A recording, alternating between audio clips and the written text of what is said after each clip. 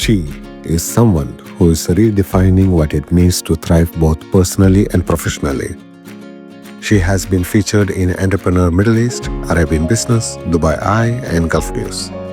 Aliya started her coaching business in 2017 and has since worked with some of the biggest names: ADNOC, Mashreq, DP World, the Dubai Health Authority, and many more. Her work focuses on supporting leaders and business owners, helping them develop their interpersonal skills. In short, she's all about empowering people to reach their fullest potential. She is not only highly qualified with a degree in biomedical science and a master's in public health, but also a certified personal development coach and NLP practitioner. Her workshops and talks tackle topics like developing self-confidence, mastering confident communication, finding work-life balance, and even the art of self-love. Please join me in welcoming Aliya Raja to our show, Pearls of Wisdom.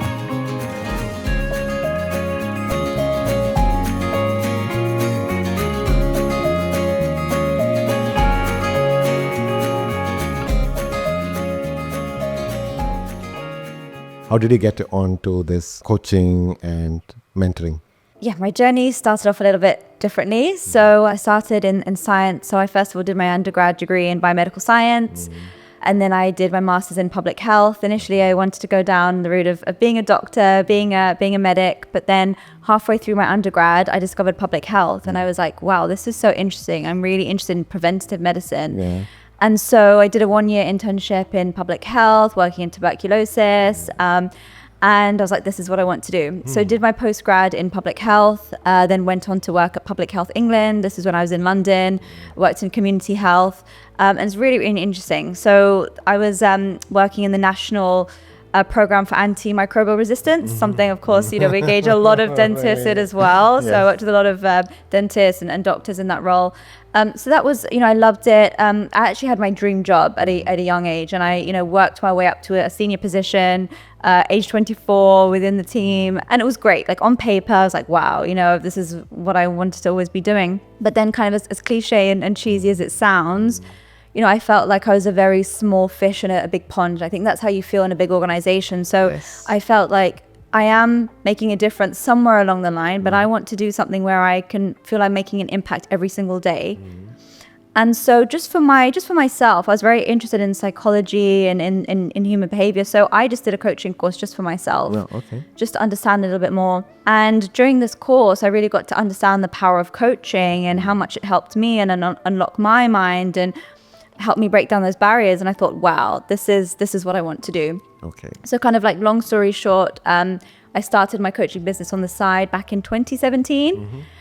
Came out to the UAE to visit family for 3 months. And then the typical, Dubai story. Well, it was Abu Dhabi at the time before Dubai. Yeah. And I've been here 6.5 years, really just expanded my coaching business here. Nice. So what inspires you? What drives you?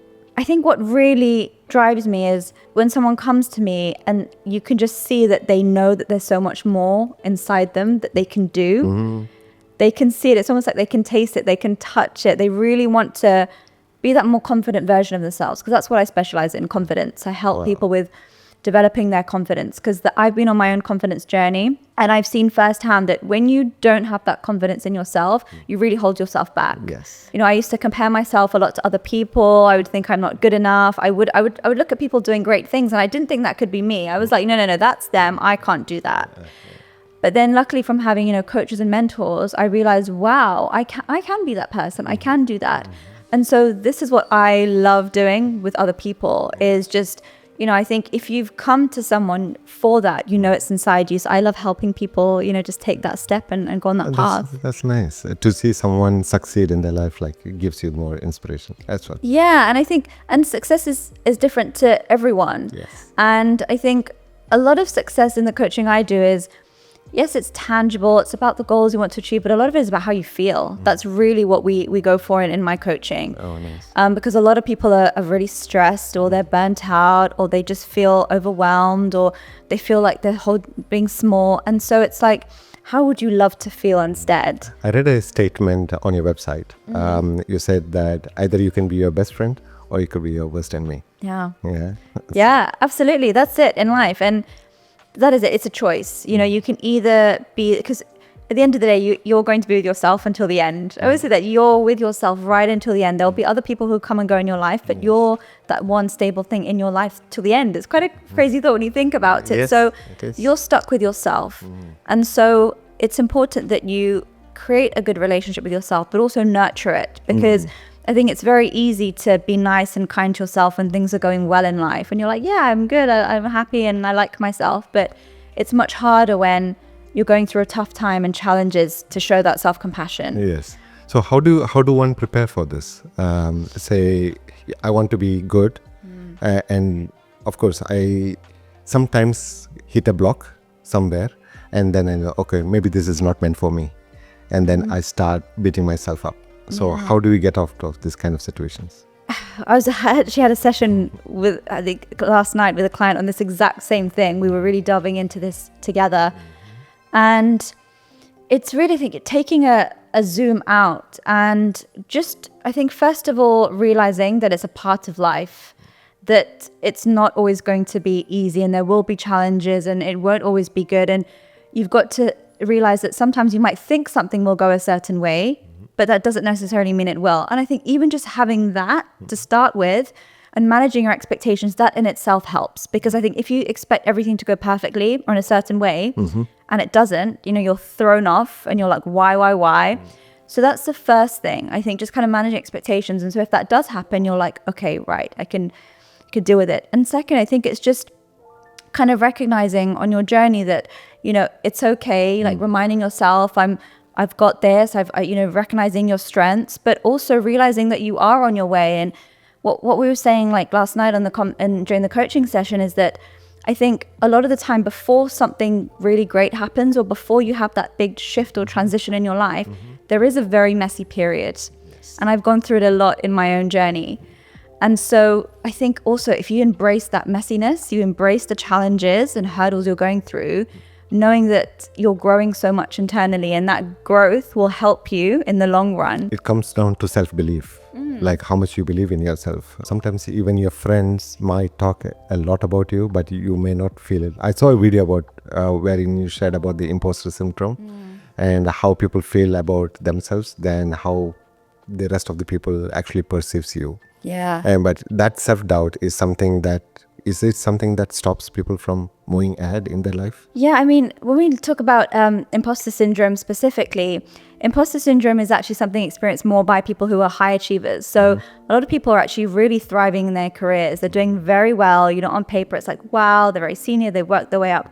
But there's that feeling of, you know, how did I get here? Or I just got here by luck. Or they don't recognize, you know, the work that they've done in order to get there. And so, yes, as you said, you know, people will say to them, wow, you're doing amazingly, but they don't recognize it themselves. And I think that's the important part for you to match what people are saying about you, you know, inwardly as well. You've got to recognize all those things because yes, if you don't, then it's like, there's this ongoing narrative of, I'm never there, I'm not good enough, I'm not good enough. So you might be doing the things externally, but internally you just never feel good enough. And that's tough, that can be rough. Is it because these high achievers are always perfectionists and they're chasing perfection and they're not, they may do certain things, but they feel like, no, it's not perfect enough? Yeah, absolutely. I think, a lot of it is perfectionism. You know, I think a lot of people do experience perfectionism. I mean, it can be a number of factors. Yes, it's just, you know, it could be also self-worth, when your self-worth is attached to your achievements. And it's like, I'm only good if, you know, I'm doing well. My self-esteem is based on how well I'm doing. There's a lot of perfectionism. Yeah. So, you know, setting these very unrealistic standards as well. And of course, when you set these unrealistic standards and need everything to be perfect, you'll be working and, you know, burning yourself out essentially as well. So I think that's why on the journey, it's very much about, I like to focus on, yes, you know, be ambitious and have your goals and chase all the externals, but make sure alongside that you are also nourishing yourself and you're recognizing what's going on for you internally at the same time. What's your personal story on this one? Like, have you had situations where you got stuck? Definitely. And I think for me, there was always that feeling of, I mean, I went to a school that was, very high achieving and placed, you know, very high emphasis on getting the top grades and like Oxbridge and just very kind of that standard. And so, it was almost like if you're not at that, then you just often felt like you weren't good enough. Although I got straight A's, all A's, it wasn't like all A stars, So I did feel that I wasn't good enough and not smart enough. And so that does kind of stick with you. And I think, don't get me wrong, I think there are positives to it as well, in the sense that it can be a very good big driving force to really get you to work. I know it was a big driving force for me of like, I want to achieve and I want to do great things. But then I did get to a point where I was very much placing my self-worth and my self-esteem on my business, which I think is very normal and common. So when the business was doing well, yes, I feel good. And then when it wasn't, where I didn't feel good about it, how I felt about myself was going down. And so I had to do a lot of inner work to detach myself from my business. And now there is this detachment. I've seen that you have worked with top leaders in the industries over here in Dubai, DP World, big one, yes, and so many others, Adnoc and Marche. Yeah. How did that come by? So yes, working with organizations and also one-on-one as well, that I do. And I think it's really through a mixture of things. So networking, I think networking is really powerful, especially in a place like Dubai. I mean, I think there's just so many kind of avenues, and I think there's no excuse really. You say, oh, I don't know how to network or where. I mean, there's lots of different groups that are available. So I think networking, and I think building relationships. People often tell me, oh, I go to all these networking events and I'm not getting anything. It's like, okay, but what are you doing when you go to these events? Okay. Are you just going, or are you building relationships? So I think building relationships, and even with my one-on-one clients as well, building and nurturing those relationships over time. And I think it's really from just me understanding people and saying, what are the challenges you're going through now? Is this something that you feel, your team would benefit from, for example? Yes. And just have an open conversation and then kind of move it forward. But there are so many people, especially now when you look at the healthcare industry, whenever I go for any kind of network, they always ask me, what's the doctor doing at our network? So yes, then I'm here for business development. And then it strikes them, oh, really? Okay. Yeah, it makes sense. But I have talked to a lot of doctors, including doctors who are working with me. They're scared of going for any network. How do you, what advice would you give them, like to start off, like if they have to start off with any networking? Well, I resonate a lot because I was also someone who hated networking, and I was scared of the idea of networking. And I remember back when I started, I think this is 2017, just started the business in London. And there was this networking event, and it was a rainy day, obviously, in London. And I was like, oh, should I go? I don't want to go. I don't want to meet people. I don't want to talk to people. But obviously practice walking my walk and building my confidence. Of course I needed to. But anyway, I forced myself to go. I went there, and then I'm kind of coming out as someone who teaches confidence.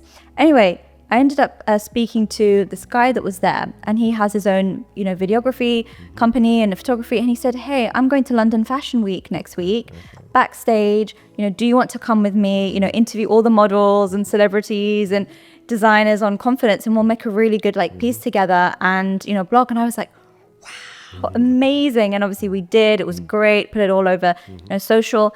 And I think for me, I realized then, wow, just from going to a networking event, having a conversation, what opportunities, follow as a result. Yes. And I think you kind of just have to get out of your own head. Really, that's it. And it's like, at the end of the day, why are you going? Are you going for your own kind of popularity, or are you going for business? So what's an outcome? Yeah, what's the fear for people when they go for networking? It's mainly the eyes, right? Like when you walk into a group of people, you feel like there are a lot of eyes staring down on you. It can be scary. It can be daunting for sure. So I think the fears, obviously, they differ from person to person. I think a lot of it is, what do I say? What will people think of me? There's a lot of self-consciousness going on. But I always tell people, the self-consciousness that you're experiencing, I think most other people in the room, they're not thinking about you, they're thinking about themselves. Yes. And they're thinking about, what is he or she thinking about me? So I think it's really that. I think almost like have a strategy. So I always say, go to a quiet room before, whether it's like, a room or the toilets, get into the mirror, look at yourself, do some breathing. I always do this before a networking event. I always just kind of take a moment just to breathe, kind of calm myself. And then I think, get a drink, get a coffee, whatever it is. And then I always do this. Sometimes you can go to a networking event and think, so awkward, everyone's in a group, I'm standing here with my coffee, this is so awkward. And obviously the more awkward you make it, the more awkward it becomes. So I just got to people and I say, hi, can I join you? And they're like, yeah, sure, come in, hi. And I think, there you go. It's very unlikely that someone will say no, like leave us alone. And I think go in with an open mind, be inquisitive, don't make it about you, get to know that person standing in front of you. That's a very, very nice tip. Thank you so much for sharing. Yeah. Okay. And now coming back to our main topic of communication, especially for the healthcare people. Now the doctors, I perceive most of them, not all of them, but most of them come off as a very poor communicator. And have you come across any doctors where you have to coach them in trying to get them? Yeah, absolutely. Yes. And this is a big part of what we work on as well, because, what often comes up is, they're very great at their role, very competent, great doctors, great reputation. Yes, I agree. They know what they're doing. But on the other side of that, when it comes to the sort of the communication part and working with a team, that isn't so good. And so that's what they want to strengthen, because they're like, well, I'm having these like difficulties now, or I'm facing these barriers, or now my role requires me to manage more. Yes. So yeah. Exactly. So the challenge over here for most doctors are we see maybe 10 patients a day, and each 10 patients come from different communities, different places, different background, different countries. And what I've seen is they don't build relationship with the patients. They just go directly, okay, what's your problem? And then they just, okay, here's the medicine, and you go. Sometimes you need to build that connection with the patients. And the only way to build the connection with the patients is to have a out-of-topic conversation with them. Okay, where are you from? Which country are you from? Oh, I've never been there. What's it like being there? But even to just say this is a huge task for them. It's not a crowd. It's not actually, this is also a networking process. When you talk to a patient, the patient is going to bring in another 10 more patients to you, because they love the conversation that you had with them, just because of that. Not because of the medicines or the treatment that you provide, but the doctor will come off to them as oh wow, this guy is very nice, he's very sweet, he's polite. And you increase that likability score with the patient. And the patient will go and get another 10 more for you. So how can you start off with this kind of doctors? Like, what will be the best advice? Yeah, and absolutely, a quote came to my mind when you were saying that. There's a quote, and it says, people don't remember what you do and what you say, but they remember how you made them feel. Yes. And that's exactly it. Even if you don't say the right thing, or there's a little blip, but if you've made the person feel good, that is it. That's what they walk away remembering. And like you said, they're your referral partners. Then they'll tell everyone, and that's what people do when we have a good experience. We want to tell people. Yes. So I think really this comes down to emotional intelligence, essentially. And I think that's one of the biggest factors when it comes to success now. There's all this research saying, well, actually EQ is more important than IQ, especially when you're in a role with people. If you're dealing with people, it's so important that you build on your emotional intelligence. One of the pillars of emotional intelligence is empathy. And of course, as a healthcare professional, you absolutely it's essential to have empathy. So what does empathy mean? It's really about being in the other person's shoes and seeing the world from the way they see the world, and then being able to communicate accordingly. So you've got to really think about, when a patient comes to you, how are they feeling? Probably very scared, probably nervous, probably thinking the worst as well. True. They don't want to be there. No offense, but no, they do. They come here, but if they've got a problem, they probably don't want to be there. They're thinking, oh my gosh, this is going to hurt. What's going to happen? And so this is like a place they probably don't want to be in. And so you as a healthcare professional, you've really got to have that, just to reassure them, to put them at ease. And I know this, what might come up is, but it might take a lot of time. I don't have time, and this and that. I mean, this will take you 30 seconds, can make all the biggest difference for them to just be relaxed.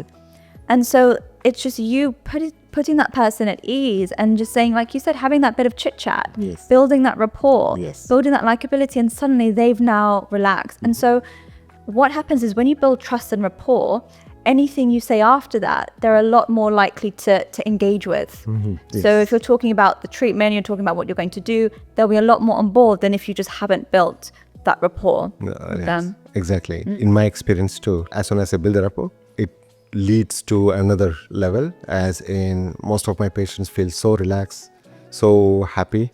And they did tell me like they were very nervous when they came to me, and now they're like really happy and relaxed. That's so nice. It's So, very and obviously you did that as well by creating that space. Yes. Yeah. And sometimes we spend 10 minutes on treatments and another 40 minutes just chit chat. That's nice. Yeah. So it's relationships at the end of the day, isn't it? And that's what you need in building those relationships. Like you said, they'll talk about you, they'll come back. And no one wants to feel like a number. No one wants to feel like, okay, done, leave now, especially when people have come here feeling vulnerable. It's even more important than any other role, really, to have that. So, and it's a muscle. It's just that muscle that you practice every day.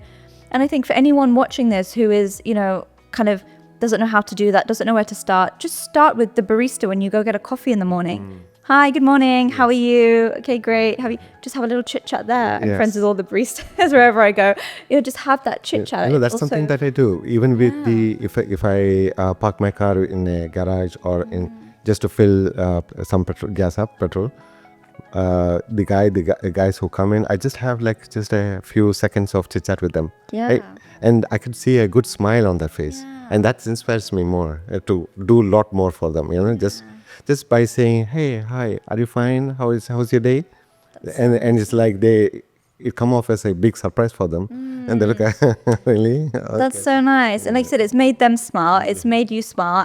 And what you're doing essentially is you're seeing that person as a human. You're not seeing them as a person who's, doing a job, doing a role. And I think it applies the same as patients. They're not just a patient that's come in and you're doing your job. They are a human with human emotions. Yes. Yeah. So if you can dissociate yourself from what you're doing, and versus like you're just networking or you're just getting to know the person, it makes a huge difference.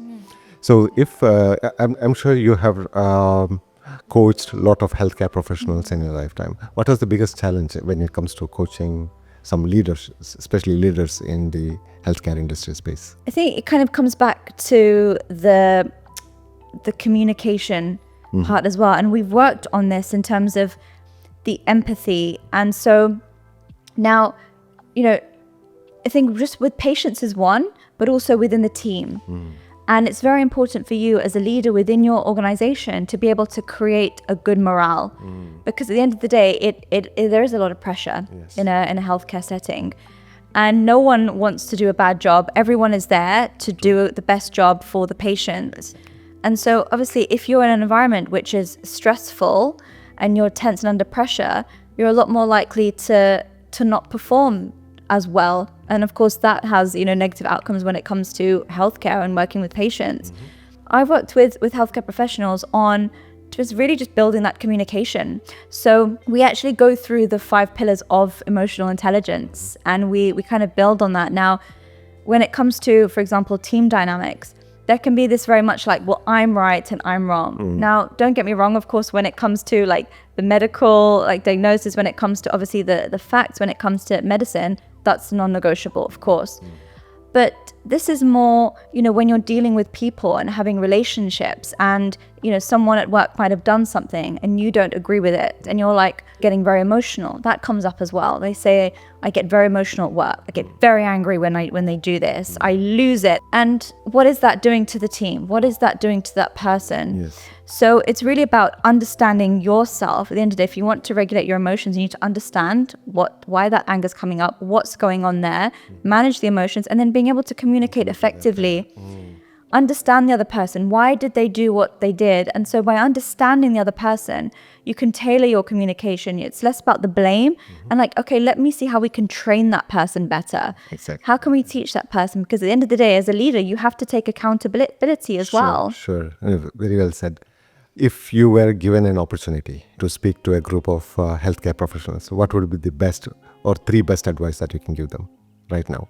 Well, I think if they were junior level, I would talk about confidence for sure. Okay. Because I think it's a huge one. I think you're going in there, you're new, you're comparing yourself to people who are way more senior than you are, and it can be very daunting. It can be very scary. And so building up that confidence in yourself of like, I can do it, reminding yourself of the strengths and your abilities, your competencies. So building up that inner dialogue, because especially for medics as well, there can be a lot of self-critical talk that goes on. So kind of building more positive dialogue within themselves. Yes, true. With medical professionals, I think the more senior ones, this work around communication for sure, because unfortunately I have heard of quite a lot of negative experiences when it comes to not treating their team very well. And at the end of the day, it's not natural for, let's say if your team members are not experiencing a nice sense of treatment from you, how are they going to show up then?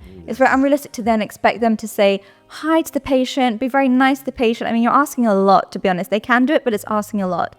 So if you show that same compassion and kindness to them, I think it's really about creating that morale. And if you are a leader, you are responsible for creating that sense of morale. True.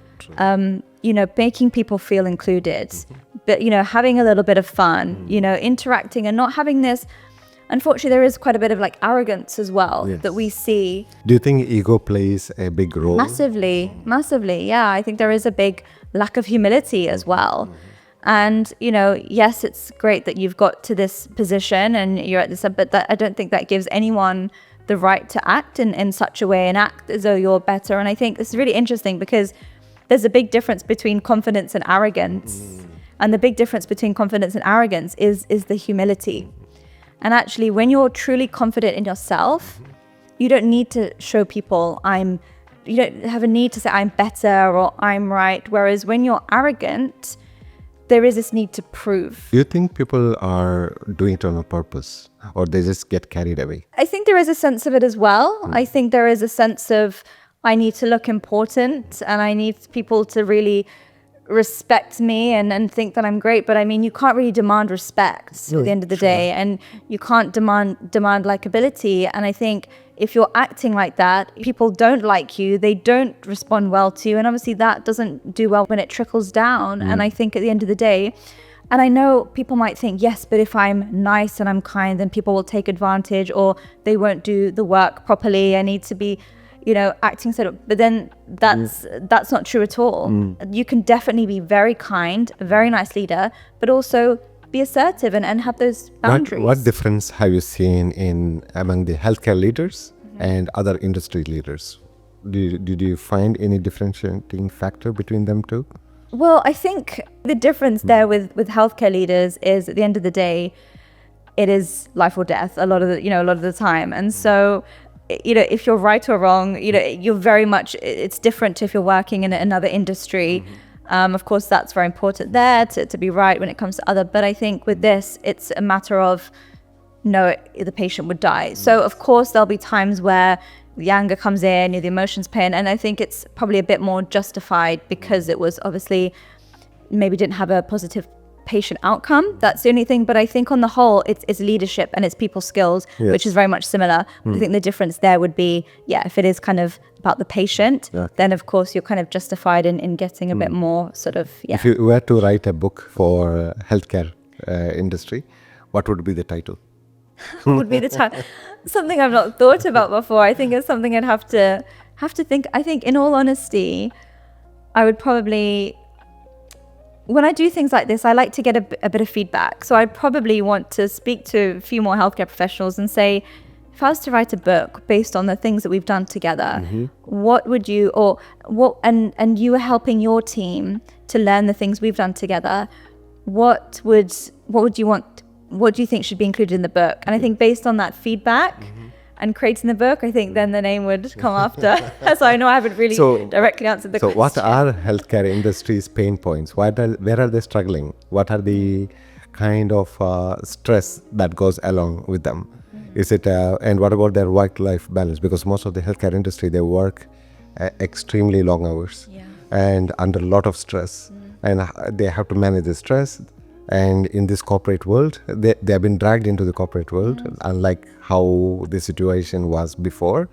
And we have all these managers and senior managers and everybody dealing with these healthcare workers and pressing them to do more working hours, or maybe one or two staff is on leave, and how do they cope up with? So there's a coping mechanism for most of the healthcare industry. There is a lot of gratitude working with the healthcare industry, but at the same time, there's a lot of stress involved.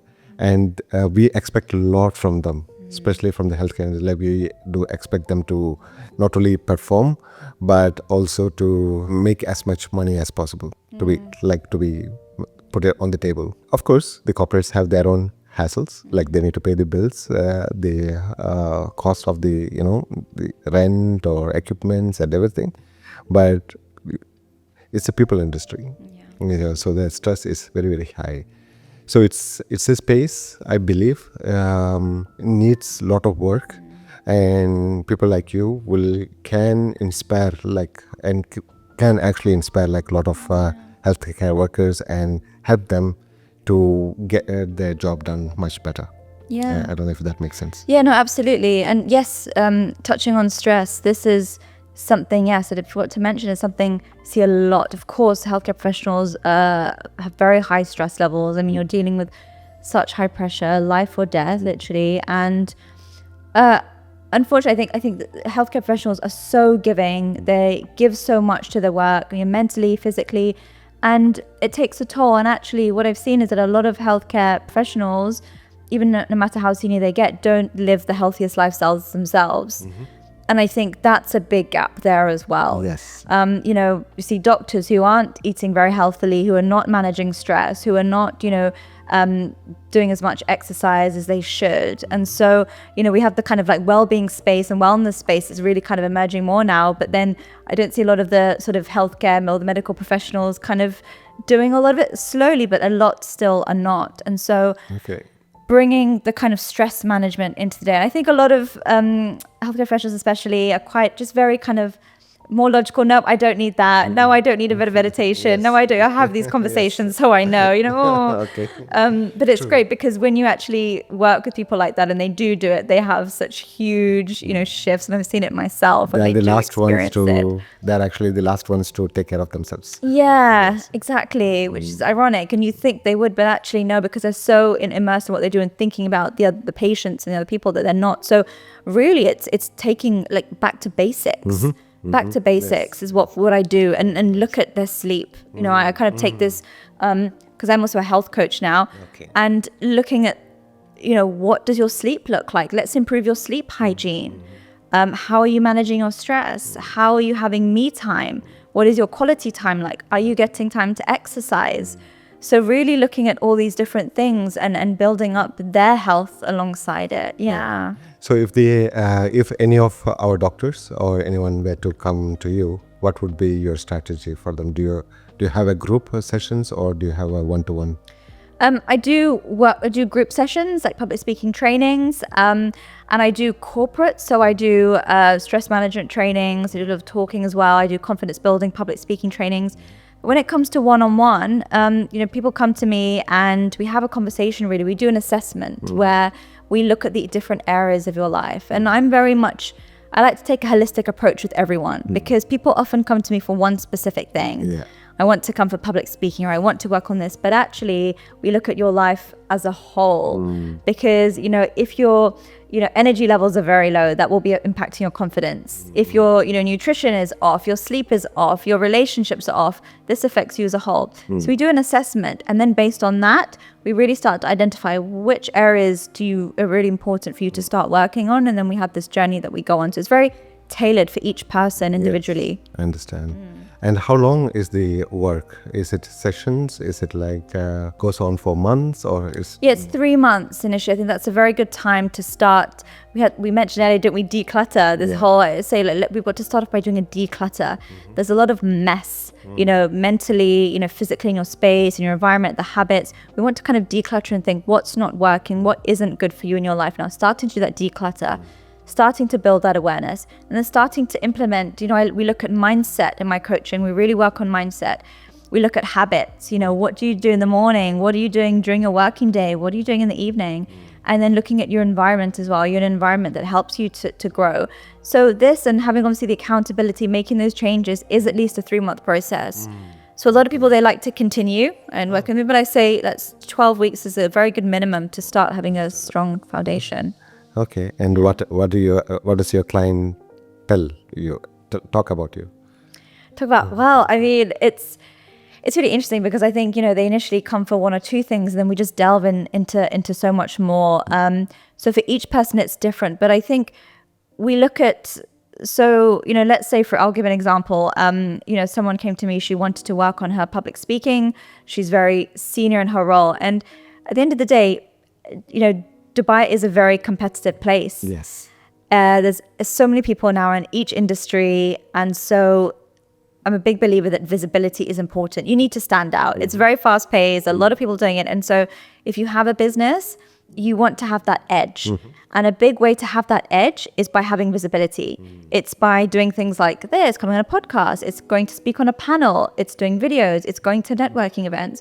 If you're not doing any of those things, you're holding yourself back, you're holding the business back. So a lot of people do come to me for public speaking. So as an example, started working with someone and she said, right, now I'm very senior. I need to get to the next level. Public speaking is very important to me. We did this assessment together, but then what came up was that she's very stressed, very, very stressed, has like a lot of anxiety and she's very overwhelmed all the time. And so my approach was, well, let's just start there, because if we just kind of work on the public speaking, we're kind of masking what's going on there, and it's likely that you'll still be feeling very overwhelmed, very stressed, anxious when you're speaking in front of a group. You don't just want to be looking good externally, but feeling stressed internally. So we started working on the stress. What is causing you stress right now? And we even talked about things like delegating more at work and setting boundaries and having conversations. We talked about doing mindfulness and meditation, so bringing all of that in. And then she started to feel much calmer in herself. And so as a result of feeling calmer and having more clarity, she was able to take little steps like going to that networking event, having more conversations with her colleagues, and then building her speaking confidence. Nice. So nice. What is the best compliments that you have received as a coach? Oh, best compliments. To be honest, I should track these more. I have a little folder, and someone told me recently, Aliya, you need to keep more of these compliments. I know I do. I think just people saying any striking one that strikes you the most. I mean, I've been someone in particular. I think we it's really interesting. We worked together a few years ago, and I do a lot of self-love coaching, and I really helped her to really just find herself again and really just build up that confidence and getting to know herself again. And then she had a baby and she lost her confidence a lot. And I work with a lot of mums, and they really lose their confidence after they've had a baby. And so she kind of like lost herself, her identity. And so the recent message, she sent me a long voice note actually, so that's why it sticks to my mind. And she just sent me a voice note of just how she's now herself again, and she now is like doing the things that she loves, and she's like, thank you, I forgot about myself. I felt really, unattractive, and now I feel really confident and attractive in my skin. I think that was just so, heartwarming. And I think just people sharing that they've done things they never thought they could do. Speak in front of that big crowd at work, or have that difficult conversation. So I love it. It's really nice. Also, if you were to have an opportunity to meet someone, who would that one person be? To meet someone. It could be dead or alive. Dead or alive. Yes. I think one person sticks out. Amal Clooney, I kind of look at and I think, wow, I just love what she's about. It's highly intelligent. I love that she carries herself very well, very gracefully. She speaks well, very articulate. And I just love to learn from her and just say, what's helped you to get to, where you've got to? What are some of the challenges you faced? And what are some of your routines? I'd love to know like what she does in the morning and what she does, what are the kind of little habits that she does in her day. That's so nice. Kind of, So makes a big difference. Okay. So is there any closing quote that you want to give to our viewers? I think maybe it just comes back to what we spoke about earlier in the kind of about this nurturing yourself. I think we can get very, very, especially in Dubai, it's very busy and very fast paced. We can very much get lost in the externals, the day-to-day, the busyness, the busy schedule, the routine, the family responsibilities, that you don't really take the time for yourself. Yes. And I think if you could just give yourself, like on a Sunday afternoon, for example, Sunday evening, even just 20 minutes, just to check in with yourself. How did this week go for me? What went well? What do I want to do moving forward? How would I love the next week to look? What am I grateful for? I think practicing gratitude is huge as well, because otherwise time just passes you by. And one more thing I'll add to that as well is, it's just come up, a lot of the coaching I do, I get people to experience more joy in their life as well. I think when we get older, we forget to have fun and experience joy. And, joy doesn't have to be going out to this party or going on a holiday or waiting for the trip in 6 weeks' time. It's joy in the little days, taking 10 minutes to go for a walk, having your lunch without your phone, being present, just kind of experiencing being present with your friends. So I think bringing more of that into your life will just fill your cup. That's so nice. Hey, it comes back to the statement that you read, that I read on the website. Yeah. Yes, be your own best friend. Absolutely. Yeah, definitely. So nice, so sweet. So, thank you so much for being on the show. How can they reach you on your LinkedIn? Yeah, so LinkedIn and Instagram, Coaching with Aliya. Just feel free. I share a lot of content there and videos on all the things we've spoken about, and on LinkedIn. So feel free to just follow me there. Sure. Anything that you want to tell our audience about your coaching sessions? Yeah, so if any of this resonates, there is something that you feel you're holding yourself back on right now, there's something you want to do, you're kind of lacking that clarity, or you want some guidance, and just have that open conversation, then feel free to reach out. We'll have a call, we'll discuss this, we can do the assessment together, see where the gaps are, and then I'd love to help you. Perfect. Yeah. I think I hope our audience reach out to you and get most out of you. Thank you so much for having me on here. The Thank same, you. Same.